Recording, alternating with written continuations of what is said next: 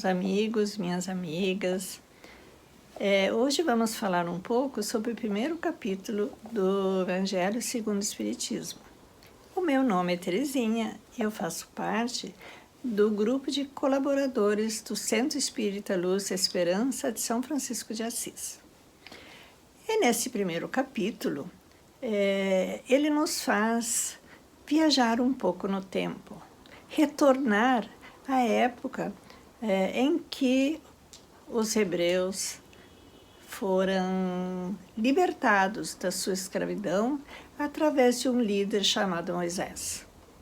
E de lá para cá, outras revelações aconteceram. A primeira foi de Moisés, seguiu-se a de Jesus, e a terceira, então, é a do Espiritismo. Por que esse capítulo ele inicia falando no poder da determinação? Aliás, é o resumo de todo esse capítulo que nos faz concluir sobre o nosso poder de decidir o que nós queremos, sobre o poder que nós temos baseado na nossa fé, na nossa coragem.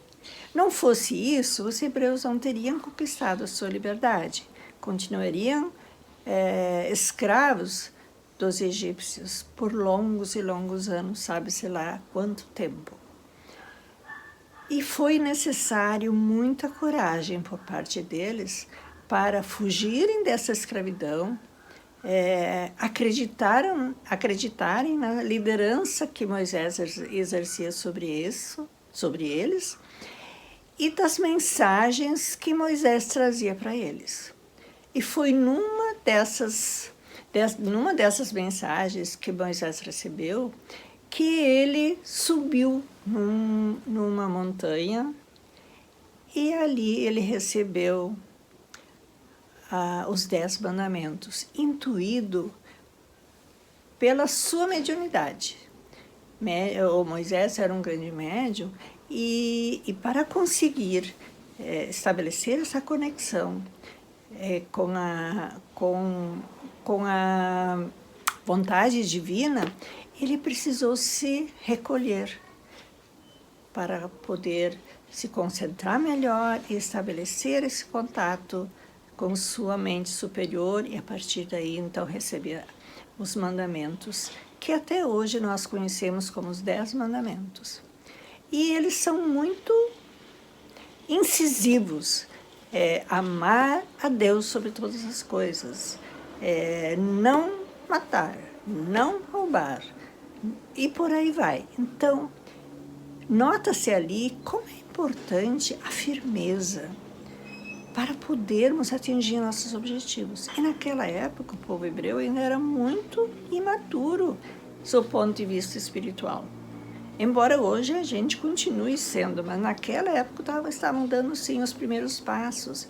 E eles ainda acreditavam em muitos deuses. E foi muito difícil para Moisés convencê-los de uma só divindade. Tanto que quando ele desceu da montanha com a tábua dos 10 mandamentos, ele os encontrou venerando um bezerro de ouro. E ele ficou muito bravo. E ficou tão bravo que quebrou as tábuas da lei. Ele teve que voltar para recebê-los novamente. Mas, durante toda essa trajetória, que levaram séculos e séculos, o povo hebreu questionava muitas coisas, se perguntava muito, e não conseguiam ter respostas. Então, Deus, na sua infinita bondade, nos mandou o seu mensageiro maior, que foi Jesus. E Jesus veio nos dar respostas. Ele veio nos mostrar da importância da nossa fé. Ele veio nos falar de amor. Ele veio nos informar de que somos todos irmãos e filhos do mesmo Pai. E é nisso que reside todo o nosso poder, toda a nossa determinação em não desistir jamais dos nossos propósitos e da nossa caminhada.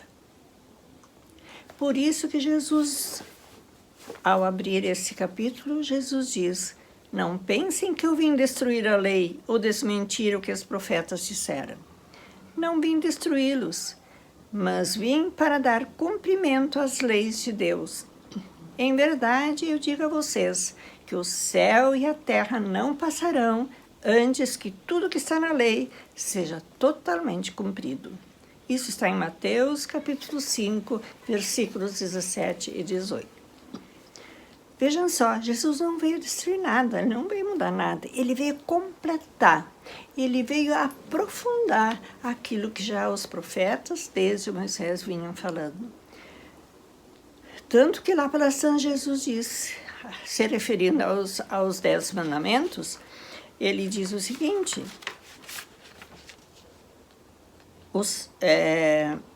amar a Deus sobre todas as coisas e ao próximo como a si mesmo, é nisso que consiste o resumo de todos os 10 mandamentos.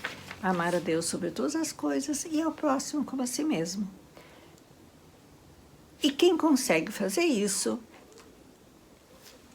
e possui todos os instrumentos necessários para evoluir e para atingir o seu propósito pelo qual estamos aqui nesse planeta.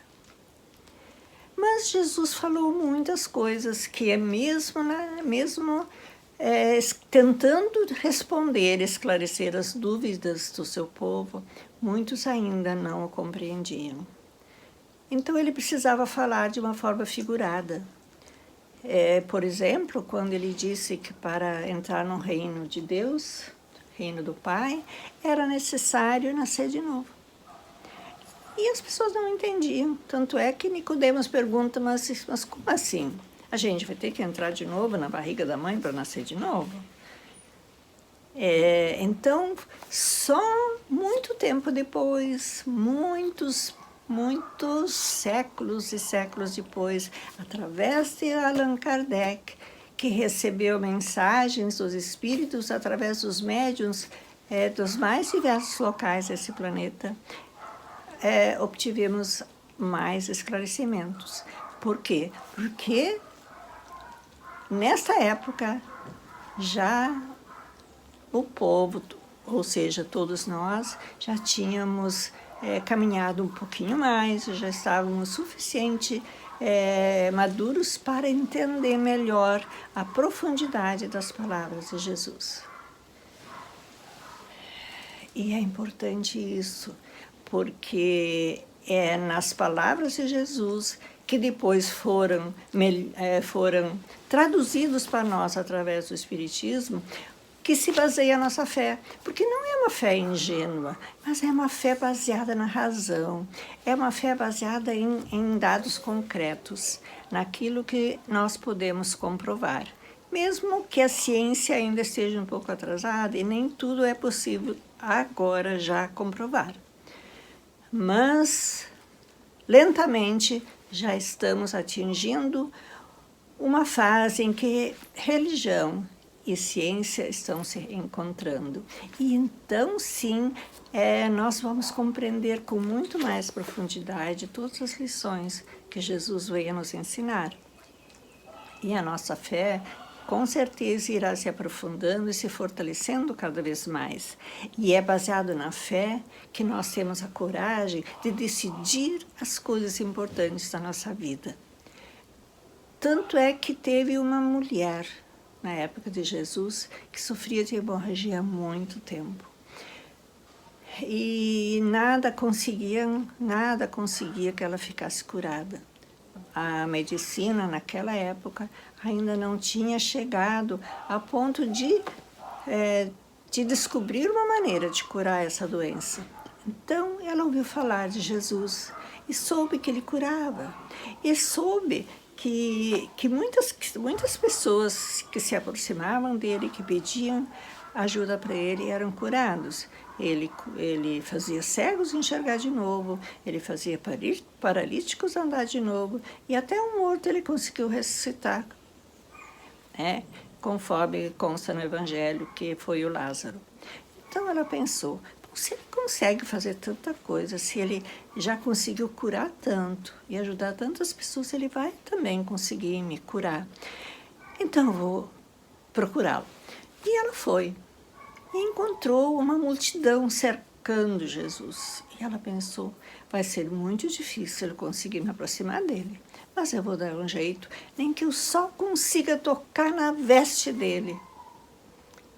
Isso já será suficiente para me curar. Tamanha era a determinação dela, tamanha era a profundidade da sua fé. Então ela foi se achegando, ela foi se esgueirando e conseguiu chegar o mais próximo possível e tocar nas vestes de Jesus. E naquilo Jesus parou e disse, alguém me tocou. E os discípulos, mas é claro, mestre, com tanta gente ao teu redor, muita gente terá tocado em ti. Jesus disse, não, alguém me tocou de uma forma muito diferente, porque eu senti uma energia sair de mim. Aí a mulher ficou assustada e se aproximou e disse, fui eu, Senhor, assim, muito tímida, com medo de ser punida, com medo de que o Jesus a repreendesse pelo gesto. Mas, ao contrário, Jesus, sabendo da determinação dessa mulher, da força que ela teve de se aproximar até onde ela estivesse, da fé que a mantinha convicta da sua recuperação. Embora muitos outros que já tinham visto milagres acontecendo ainda duvidassem dele, ele olhou para ela e disse, vai, minha filha, a tua fé te salvou. E naquele momento ela ficou curada. Esse e muitos outros exemplos podíamos citar, mas me parece que esse é suficiente para nos fazer ver o quanto uma atitude de fé profunda e de coragem e determinação pode causar de consequências e de transformações em nós.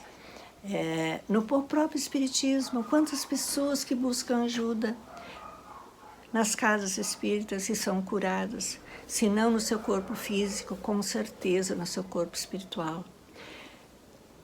É isso que deve nos confortar nesse momento em que estamos atravessando essa provação, que já se estende há tantos meses, que é da pandemia do coronavírus, da Covid-19, né?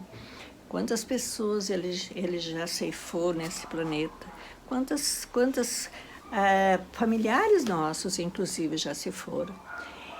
Então, baseado na fé que nós temos em Jesus, temos a certeza que nada disso está acontecendo em vão, que uma grande transformação está acontecendo nas nossas vidas, no nosso planeta, e que nós, baseados na nossa fé, no poder da nossa fé, no poder da nossa coragem, vamos superar esta fase e sair dela muito mais fortalecidos, muito mais irmanados, convictos da nossa fraternidade universal, tendo como Deus o nosso grande e amoroso Pai, que a todos nos ampara e nos protege.